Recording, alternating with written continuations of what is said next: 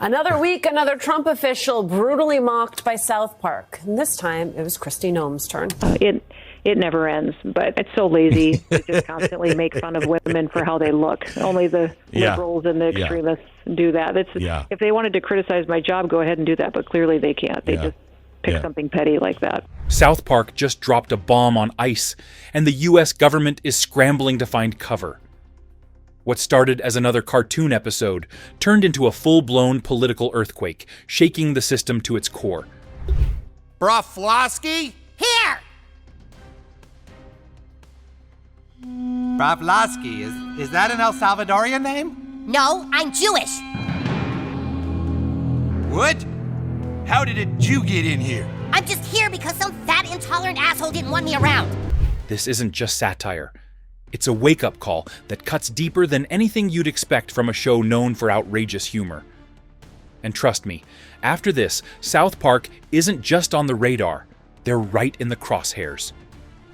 The episode begins with a stark reality. Budget cuts hit South Park Elementary, and Mr. Mackey, the beloved school counselor, is out of a job.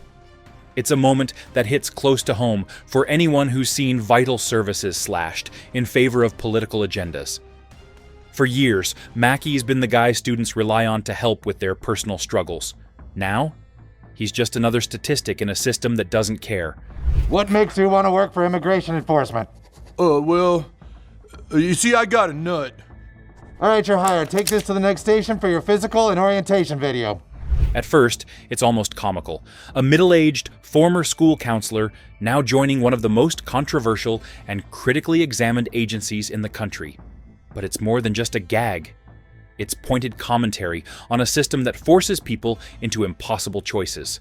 Questioning people is never easy. Oh, God! As the face of Homeland Security, I'll be leading the way. And together we'll make sure everyone is in this country legally. So let's get out there and get them, recruits, together. The ICE recruitment ad comes on like a late-night infomercial. It's absurdly funny, yes, but it's also terrifying because it's so true. We'll hire literally anyone. South Park even dropped in a cameo from the infamous World of Warcraft guy. You know, the overweight basement troll who became an internet legend. The point? Standards are so low in ICE that if you can find the building, you're hired. No experience needed, no morals required. Just sign the dotted line and prepare to raid. This is where the episode goes from absurd comedy to scathing social commentary. Mackey, the guy who spent his career helping kids, now finds himself on the wrong side of the law, working for one of the most vilified agencies in America.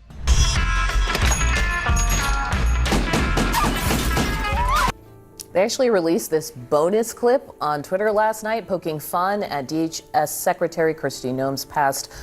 You can almost hear Trey Parker and Matt Stone laughing as they turn Noem's real-life scandal into cartoon absurdity. And somehow, despite the grotesque nature of the gags, it's laugh-out-loud funny. Only South Park can take a real-world political scandal and crank the dial so far that it goes from shocking to absurd in a matter of seconds.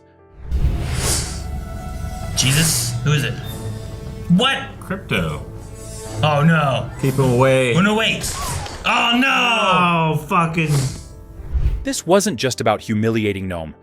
It was about exposing the system. A system where politicians like her can get away with unspeakable actions and still hold on to power, while ordinary people like Mackey are crushed under the weight of bureaucracy. So now we know Mackey, the well-meaning counselor, is now an ICE agent, following orders and detaining people. But South Park doesn't stop there. Once Mackey becomes a cog in the machine, it's time to see how absurd the system is. I have no doubt that there are many, many Latinos in heaven.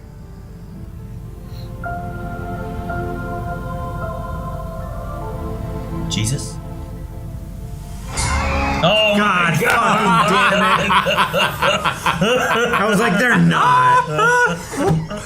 ICE raids aren't shown as dangerous operations.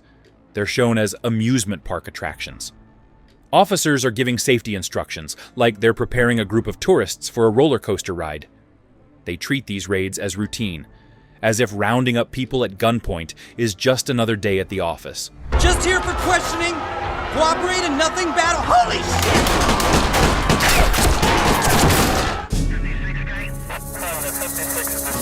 It's horrifying when you think about it, but South Park frames it in such an exaggerated way that it becomes a hilarious critique of how bureaucracies can desensitize people to human suffering. You, Captain. I know it's tough doing what's hard, but we could use more men like you on this side. Whoa! What the fuck? Your Botox, Miss Noem? Oh yeah, fix me up, fix me up. Another day doing what's tough. South Park isn't just poking fun at ICE and Noem's absurdity. It's dissecting the American dream, or more accurately, the American nightmare. Mackey, the man who wanted to help kids, is now forced to apologize to families as he rounds them up, whispering, "Sorry, Mackey," as he detains them. It's an achingly bleak moment for a character who once embodied warmth and care. Now, he's a product of the system, one that forces individuals to participate in morally bankrupt systems just to survive. Well, it's a bit more fun and games with the South Park boys this week, who've decided that they really don't like Donald Trump or his ICE raids. But frankly, looking at this clip from their latest episode, I think this could almost be an ICE agent recruiting ad. All right, recruits, this is it. We're heading to a location that might be filled with illegals. Let's take these bad hombres down. And that's the cold truth. South Park is showing us, in America, survival often trumps morality. People who want to help others find themselves crushed by the weight of the system. But while Kristi Noem was melting down both on screen and in real life, J.D. Vance took a different approach, one that showed more savvy. Instead of reacting with anger, he simply embraced the roast. Vice President J.D. Vance took a slightly different approach. Instead of being the butt of the joke, sharing his South Park moment, saying, "I finally made it. Bring back the group chat." South Park didn't hold back, painting Vance as Donald Trump's tiny, stupid helper, trailing behind his idol with wide-eyed, almost comical devotion. It was a harsh portrayal, but Vance didn't flinch. All of this chaos is happening right after Paramount inked a $1.5 billion mega deal with South Park's creators. At the same time, Paramount was untangling lawsuits with the FCC and Trump's orbit. South Park airs on Paramount's Comedy Central, and Paramount just cut a deal with Trump. The $16 million legal settlement was widely seen as a payoff in exchange for the Trump FCC approving Paramount's merger with Skydance, though Paramount denied any connection. The merger took effect this morning, with the FCC's lone Democrat, Ana Gomez. So what do Parker and Stone do? Drop a season that mocks Trump, annihilates his cabinet, and drags federal agencies through puppy blood. That's not recklessness. That's confidence. It's them saying, "You paid us. Now you can't touch us." And the Trump administration is shaking. Donald Trump is a master at changing the subject whenever he wants. And he cannot change the subject on this. No matter how hard he tries, it is penetrating every aspect of our society. Whether or not, he and his team finally find a way to turn the corner, I don't know, but it's the first time I've seen. South Park just did what no politician or media outlet could. They exposed the heart of America's broken system. From ICE raids to the shameless grift of podcast personalities, no one was left unscathed.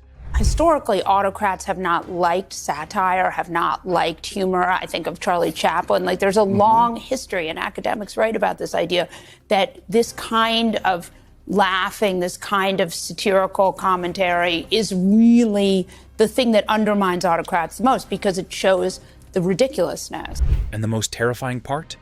This isn't fiction. It's a grotesque reflection of reality. South Park just gave us the cartoon version of our nightmare. And it's more real than anything you'll hear in a political speech. So what happens now? The government can try to shut South Park down. But the more they scream, the more people tune in. South Park won't stop anytime soon.